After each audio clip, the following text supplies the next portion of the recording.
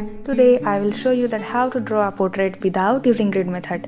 मैंने आज तक कभी ग्रिड मेथड का यूज़ नहीं किया है। सिंपली आपको बस 4 लाइंस ड्रॉ करनी है इस तरीके से। ऐसे फ्री हैंड तरीके में एक पैनी नज़र की ज़रूरत होती है, जहाँ हाथ और आँखें दोनों एक साथ चलने चाहिए।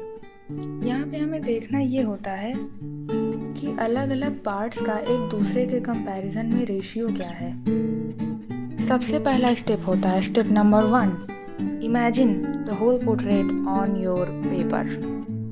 जैसे हम किसी फ़ोटो को फ़ोन में जूम करते हैं, उसी तरह अपने मन में एक इमेज बनाकर हम अपने जूम्ड इमेज को इमेजिन करेंगे अपने पेपर पर। और यहाँ पर हम पूरी तरह से अंदाज़ा लगाते हैं, जैसे अगर हमारा गाल इतना बड़ा है तो इसके कंपैरिजन में आँखें कितनी बड़ी हैं।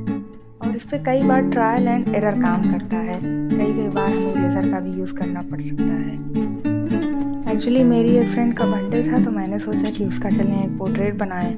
अब ग्रिड मेथड तो मुझे आता नहीं है और जल्दी बनाना है उसका स्केच, टाइम भी कम है, तो मैंने ऐसे ही ट्रायल एंड एरर मेथड को अपनाया। ड्राइंग तो मैंने कभी सीखा नहीं है कहीं, मुझे कुछ मेथड्स आते नहीं हैं, ना ही ड्राइंग की मैं कोई थ्योरी के बारे में जानती हूँ। हाँ, तो मैं एक सेल्फ टॉट आर्टिस्ट हूँ। मैं बचपन से ही हमेशा ड्राइंग करती थी। पढ़ाई के चक्कर में 3-4 साल से मेरा ड्राइंग काफ़ी ब्रेक हो गया और इस बात को लेकर मुझे बहुत दुख हुआ।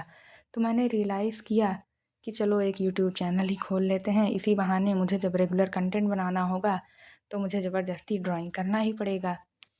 तो अब हमारा आउटलाइन बन के तैयार हो गया है और अब हम इसे इरेज़ कर लेते हैं, जो लाइन्स हमने बनाए थे 4 लाइन।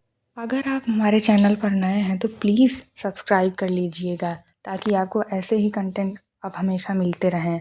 मैं इसी तरह के ट्यूटोरियल्स डाला करूँगी, जिसमें मैं अपनी भी खुद से सीखी हुई टेक्निक्स के बारे में बताऊँगी।